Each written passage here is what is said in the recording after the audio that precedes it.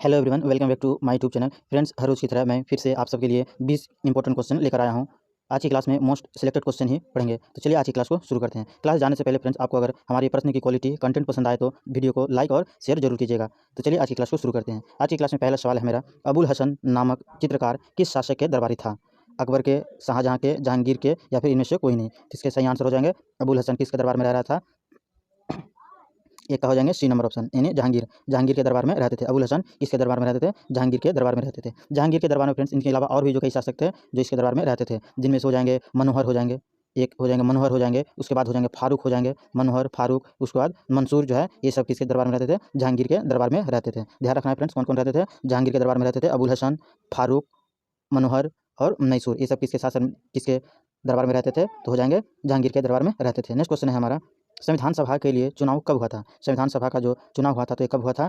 तो जुलाई अगस्त 1946 में, जुलाई से अगस्त महीने में हुआ था 1946 में। अगर बात करें फ्रेंड्स संविधान सभा के पहली बैठक कब हुई थी? तो 9 दिसंबर 1946 को इसकी पहली बैठक हुई थी। 9 दिसंबर 1946 को इसकी पहली बैठक हुई थी। और दूसरी बैठक जो हुई थी तो 11 दिसंबर को हुई थी। दूसरी बैठक 11 दिसंबर 1946 में हुई थी। अगर बात करें फ्रेंड्स संविधान सभा की पहली अध्यक्षता किसने की थी? तो पहली अध्यक्षता, स्थायी अध्यक्षता करते हैं डॉक्टर राजेंद्र प्रसाद। स्थायी अध्यक्षता करते हैं डॉक्टर राजेंद्र प्रसाद। और जो पहले अध्यक्षता बने थे तो सच्चिदानंद सिन्हा।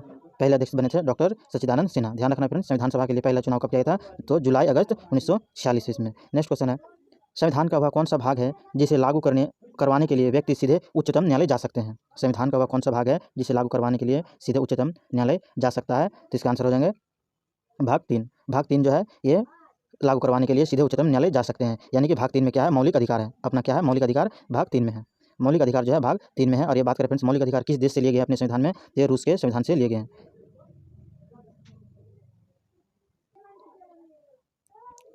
सॉरी फ्रेंड्स, ये मौलिक अधिकार जो है अमेरिका के संविधान से लिए गए हैं। मौलिक अधिकार को किस देश से लिए गए हैं? मौलिक अधिकार को अमेरिका के संविधान से लिए गए हैं। जबकि मौलिक कर्तव्यों को लिए गए हैं रूस से। ध्यान रखना है, मौलिक कर्तव्यों को लिए गए हैं रूस से और मौलिक अधिकार लिए गए हैं अमेरिका से। जो मौलिक अधिकार के बारे में व्यक्ति सीधे उच्चतम न्यायालय जा सकते हैं। नेक्स्ट क्वेश्चन है हमारा, स्वदेशी आंदोलन की शुरुआत किस अधिवेशन के बाद हुई थी? स्वदेशी आंदोलन की शुरुआत किस अधिवेशन के बाद हुई थी? तो इसका आंसर हो जाएंगे स्वदेशी आंदोलन की शुरुआत बनारस अधिवेशन के बाद हुए थे। बनारस अधिवेशन के बाद हुए थे स्वदेशी आंदोलन की शुरुआत। अगर बात करें फ्रेंड्स स्वदेशी आंदोलन की शुरुआत कब हुई थी? तो स्वदेशी आंदोलन की शुरुआत जो हुई थी 1905 ईस्वी में हुई थी। स्वदेशी आंदोलन की शुरुआत 1905 ईस्वी में हुई थी, जिसमें क्या हुआ था? और बनारस अधिवेशन की अध्यक्षता किसने की थी फ्रेंड्स? तो इसकी अध्यक्षता गोपाल कृष्ण गोखले ने की थी। बनारस अधिवेशन की अध्यक्षता किसने की थी? गोपाल कृष्ण गोखले ने की थी। ध्यान रखना है, बनारस अधिवेशन की अध्यक्षता गोपाल कृष्ण गोखले ने की थी और इसी के बाद स्वदेशी आंदोलन की शुरुआत हुई थी। और अगर बात करें फ्रेंड्स कांग्रेस का पहला अधिवेशन जो हुआ था वो कहाँ पे हुआ था? तो बम्बई में हुआ था। ध्यान रखना है, बम्बई में हुआ था। निम्न प्रश्न है, निम्नलिखित में से कौन प्रत्यक्ष कर नहीं है? निम्न में से प्रत्यक्ष कर नहीं है, तो इसके सही आंसर हो जाएंगे सीमा शुल्क। सीमा शुल्क जो है ये प्रत्यक्ष कर नहीं है। बाकी जो है निगम कर, आयकर, ये जो है प्रत्यक्ष कर है। प्रत्यक्ष कर किसे कहेंगे फ्रेंड्स? ध्यान से समझना है, वह कर होता है जिसमें किसी और पर ट्रांसफर नहीं किया जाता है। प्रत्यक्ष कर के दौरान जो टैक्स लिए जाते हैं तो ये किसी और के द्वारा ट्रांसफर नहीं किया जा सकता है, उसे प्रत्यक्ष कर कहेंगे। और प्रत्यक्ष कर जो है आय तथा व्यय पर लगते हैं। प्रत्यक्ष कर किस में लगते हैं? आय तथा व्यय पर लगते हैं। आय तथा व्यय पर लगते हैं। और वसूलता है कौन फ्रेंड्स? ये प्रत्यक्ष कर जो सरकार को हमें देना पड़ता है ये कौन स्टोर करते हैं, यानी कौन वसूलते हैं? तो ये हो जाएंगे CBDT, यानी CTBT के द्वारा इसे वसूला जाता है। और अगर बात करें फ्रेंड्स प्रत्यक्ष कर में और कौन कौन से कर शामिल होंगे? तो निगम कर हो जाएंगे एक, आयकर हो जाएंगे एक, उसके बाद उपहार कर हो जाएंगे एक, उसके बाद पूंजीगत कर, उपहार कर, आयकर और निगम कर, ये सब जो है प्रत्यक्ष कर के अंतर्गत आते हैं। ध्यान रखना है, प्रत्यक्ष कर को कौन वसूलता है? तो CBDT वसूलते हैं। CBDT वसूलते हैं। ध्यान रखना है, CBDT वसूलते हैं। जो नेक्स्ट क्वेश्चन है हमारा, हंटर कमीशन। हंटर कमीशन की रिपोर्ट में किसके विकास पर विशेष जोर दिया गया था? हंटर कमीशन जो आया था ये किसके विकास पर जोर दिया गया था? तो इसके सही आंसर हो जाएगा प्राथमिक शिक्षा। प्राथमिक शिक्षा पर विशेष जोर दिया गया था। और प्राथमिक शिक्षा पर जोर देने के लिए हंटर कमीशन कब आया था फ्रेंड्स? तो ध्यान रखना है 1882 में, यानी 1882 में आया था हंटर कमीशन आया था। हंटर कमीशन किससे संबंधित है? प्राथमिक शिक्षा से संबंधित है। इसके साथ ही एक और ध्यान रखना है फ्रेंड्स, कोठारी आयोग। कोठारी आयोग जो है ये भी शिक्षा से संबंधित है। कोठारी आयोग जो है ये भी शिक्षा से ही संबंधित है। ध्यान रखना है। नेक्स्ट क्वेश्चन है हमारा, भारतीय संविधान के अनुच्छेद 244 किससे संबंधित है? भारतीय संविधान के अनुच्छेद 244 किससे संबंधित है? तो इसके सही आंसर हो जाएंगे अनुसूचित क्षेत्रों और जनजाति क्षेत्रों का प्रशासन। अनुसूचित क्षेत्रों और जनजाति क्षेत्रों का प्रशासन के बारे में उल्लेख है अनुच्छेद 244 में। नेक्स्ट क्वेश्चन है, 1937 के प्रांतीय चुनाव के बाद कांग्रेस ने कुल कितने प्रांतों में सरकारें बनाई थी? तो 5, 7, 8 या फिर 9? तो कितने प्रांतों पर सरकार बनाई थी? तो इसके सही आंसर हो जाएंगे 8 क्षेत्रों पे। 8 प्रांतीय क्षेत्रों में ही 1937 ईस्वी में प्रांतीय चुनाव में सरकार बनी थी। ध्यान रखना है कितने क्षेत्रों में? 8 क्षेत्रों में। और प्रांतीय चुनाव का प्रारंभ कब हुआ था? 1937 में। ध्यान रखना 1937 में। नेक्स्ट क्वेश्चन है, एक भारत श्रेष्ठ भारत अभियान भारत के किस मंत्रालय यानी संस्था द्वारा जारी किया गया है? ध्यान रखना, एक भारत श्रेष्ठ भारत अभियान भारत के किस मंत्रालय द्वारा जारी किया गया था? तो इसके सही आंसर हो जाएंगे सूचना और प्रसारण मंत्रालय। सूचना और प्रसारण मंत्रालय द्वारा जारी किया गया था एक भारत श्रेष्ठ भारत अभियान। इनके अलावा अगर बात करें फ्रेंड्स नीति आयोग, तो नीति आयोग का जो गठन किया गया था 1 जुलाई 2015 को गठन किया गया था। 1 जुलाई 2015 को इसका गठन किया गया था। ध्यान रखना, नीति आयोग का गठन किया गया 1 जुलाई 2015 में। और नीति आयोग जो है ये संवैधानिक निकाय नहीं है। नीति आयोग क्या है? संवैधानिक निकाय नहीं है। उसके बाद अगर बात करें नीति आयोग के सीईओ की बात करें, प्रथम सीईओ बने थे, तो प्रथम सीईओ बने थे सिंधुश्री खुल्लर बने थे। और नीति आयोग के प्रथम उपाध्यक्ष कौन बने थे? अरविंद पड़गड़िया बने थे।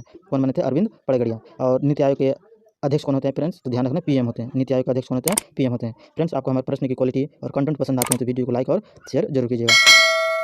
नेक्स्ट क्वेश्चन है, सूची 1 को सूची 2 से मिलान करना है। सूची 1 को सूची 2 से मिलान करना है, जिनमें से पहला है उष्णकटिबंधीय वन, शंकु वृक्ष, कच्छ वनस्पति और पतझड़ वन। इनमें से सीधे मिलान कर लेते हैं। उष्णकटिबंधीय वन जो है ये कहाँ पर मिलेंगे? सबसे पहले शंकु वृक्ष देखते हैं। शंकु वृक्ष जो मिलते हैं मेरे हिमाचल प्रदेश में मिलते हैं, यानी ऊपरी क्षेत्र में मिलेंगे, शीत एरिया में मिलेंगे शंकु वृक्ष। शंकु वृक्ष कहाँ मिलेंगे? हिमाचल प्रदेश में। कच्छ की अगर बात करें तो कच्छ वनस्पति पाए जाते हैं सुंदरवन में। कच्छ वनस्पति पाए जाते हैं सुंदरवन में। और पतझड़ वन पाए जाते हैं राजस्थान में। पतझड़ वन पाए जाते हैं राजस्थान में। और उष्णकटिबंधीय वन पाए जाएंगे साइलेंट वैली केरल में। ध्यान रखना है, उष्णकटिबंधीय वन पाए जाते हैं साइलेंट वैली केरल में। नेक्स्ट क्वेश्चन है, केंद्रीय वनस्पति अनुसंधान संस्थान कहाँ स्थित है? केंद्रीय वनस्पति अनुसंधान संस्थान कहाँ स्थित है? इसके सही आंसर हो जाएंगे लखनऊ। केंद्रीय वनस्पति अनुसंधान संस्थान कहाँ स्थित है? लखनऊ में। अगर बात करें फ्रेंड्स भारतीय वन अनुसंधान संस्थान कहाँ स्थित है, तो इसका आंसर हो जाएंगे लखनऊ में। वन अनुसंधान संस्थान लखनऊ, सॉरी फ्रेंड्स, वन अनुसंधान संस्थान की अगर बात करें तो हो जाएंगे देहरादून में। वन अनुसंधान संस्थान देहरादून हो जाएंगे वन अनुसंधान केंद्र। और केंद्रीय वनस्पति अनुसंधान संस्थान हो जाएंगे लखनऊ। नेक्स्ट क्वेश्चन है, सहायक संधि। सहायक संधि विलियजी द्वारा लाई गई निम्न में से किस राज्य के शासक इनमें सम्मिलित नहीं हुए? तो इसके सही आंसर हो जाएंगे होलकर के जो सहायक शासक थे वे इसमें शामिल नहीं हुए थे। सहायक संधि विलियजी द्वारा जो लाई गई थी, तो ये किस राज्य के शासक इसमें शामिल नहीं हुए थे? तो ध्यान रखना है होलकर। ध्यान रखना फ्रेंड्स, सहायक संधि कौन लाया था? विलियजी के द्वारा लाई गई थी। सहायक संधि को कब लाया गया था? विलियजी के द्वारा। नेक्स्ट है, किस राजवंश ने सर्वाधिक सोने के सिक्के चलाए थे? ध्यान रखना है, किस राजवंश ने सर्वाधिक सोने के सिक्के चलाए थे? तो इसके सही आंसर हो जाएंगे गुप्त वंश। गुप्त वंश के समय में सर्वाधिक सोने के सिक्के चलाए गए थे। अगर बात करें फ्रेंड्स सर्वाधिक सोने के शुद्ध सिक्के किसने चलाए थे, तो वो हो जाएंगे कुषाण वंश। शुद्ध की अगर बात करें, शुद्ध सोने के सिक्के चलाए थे तो वो हो जाएंगे कुषाण। शुद्ध सोने के सिक्के चलाए थे कुषाण ने। और अगर बात करें फ्रेंड्स शीशे का सिक्का किसने चलाया था? शीशे का सिक्का चलाया था तो सातवाहन वंश ने। शीशे का सिक्का चलाया था सातवाहन वंश ने। ध्यान रखना है, शीशे का सिक्का चलाया सातवाहनों ने। और सर्वाधिक शुद्ध सोने के सिक्के चलाए कुषाणों ने। और सर्वाधिक सोने के सिक्के चलाए गुप्त वंश ने। नेक्स्ट है, निकोलो कोंटी किस देश का यात्री था? पुर्तगाल का, मोरक्को का, इटली का या फिर रूस का? तो इसके सही आंसर हो जाएंगे निकोलो कोंटी जो था इस देश का यात्री था तो इटली का था। निकोलो कोंटी किस देश का यात्री था? इटली का। अगर बात करें मोरक्को का कौन सा यात्री था, तो मोरक्को का जो था इब्न बतूता था। इब्न बतूता मोरक्को का यात्री था। ध्यान रखना है, मोरक्को का हो जाएंगे इब्न बतूता और इटली के हो जाएंगे निकोलो कोंटी। नेक्स्ट क्वेश्चन है, सूची 1 को सूची 2 से मिलाना है, यानी एक तरफ मेरा क्या है पुरस्कार है और एक तरफ क्षेत्र है। सॉरी, यहाँ उलट हो चुके हैं फ्रेंड्स। एक तरफ है पुरस्कार और एक तरफ है क्षेत्र, यानी 1-2 से मिलान करना है। तो ज्ञानपीठ पुरस्कार किस क्षेत्र में दिए जाते हैं? तो इसके सही आंसर हो जाएंगे ज्ञानपीठ पुरस्कार साहित्य के क्षेत्र में दिए जाते हैं। ज्ञानपीठ पुरस्कार किस क्षेत्र में? साहित्य के क्षेत्र में। भटनागर पुरस्कार की अगर बात करें तो भटनागर पुरस्कार जो है फ्रेंड्स विज्ञान के क्षेत्र में दिए जाते हैं। भटनागर पुरस्कार विज्ञान के क्षेत्र में। अर्जुन पुरस्कार की अगर बात करें तो अर्जुन पुरस्कार खेल क्षेत्र में दिए जाते हैं। अर्जुन पुरस्कार खेल क्षेत्र में। और दादा साहेब फाल्के पुरस्कार सिनेमा के क्षेत्र में। ध्यान रखना है, दादा साहेब फाल्के पुरस्कार सिनेमा के क्षेत्र में। नेक्स्ट क्वेश्चन है, निम्न में से कौन सी नदी जम्मू और कश्मीर से प्रभावित नहीं होती है? सिंधु नदी, झेलम नदी, चिनाब नदी या फिर सतलज नदी? इसके सही आंसर हो जाएंगे 1 और 4, यानी सिंधु और सतलज। सिंधु और सतलज जो है जम्मू और कश्मीर से नहीं बहते हैं। सिंधु और सतलज जम्मू कश्मीर से नहीं बहते। ध्यान रखना है, जम्मू कश्मीर नदी जम्मू और कश्मीर में नहीं बहने वाली नदी है सिंधु और सतलज। ध्यान रखना है। नेक्स्ट है अर्थशास्त्र। अर्थशास्त्र वह है जिसे होना चाहिए कथन के संदर्भ में। अर्थशास्त्र किसे कहेंगे कथन के संदर्भ में? तो मानवीय अर्थशास्त्र, मानव अर्थशास्त्र को ही अर्थशास्त्र कहना चाहिए। नेक्स्ट क्वेश्चन है, मांग की लोच वस्तुओं की मांग और परिवर्तन के लिए उत्तरदायी है। किसके लिए उत्तरदायी है? इसके सही आंसर हो जाएंगे वस्तुओं के मूल्य में। मांग की लोच और वस्तुओं की मांग और वस्तुओं के मूल्य में परिवर्तन के लिए उत्तरदायी हैं। इकोनॉमिक्स का क्वेश्चन है फ्रेंड्स, ध्यान रखना है। नेक्स्ट है, वह वस्तु जिन्हें उपयोग या निवेश के लिए रखा जाता है उन वस्तुओं को क्या कहते हैं? तो हो जाएंगे अंतिम वस्तु।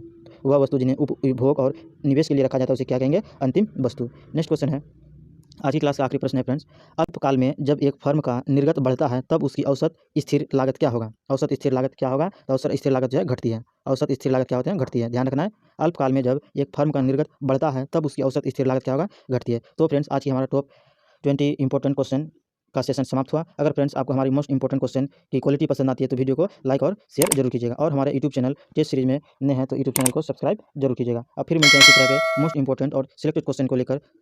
Thanks for watching.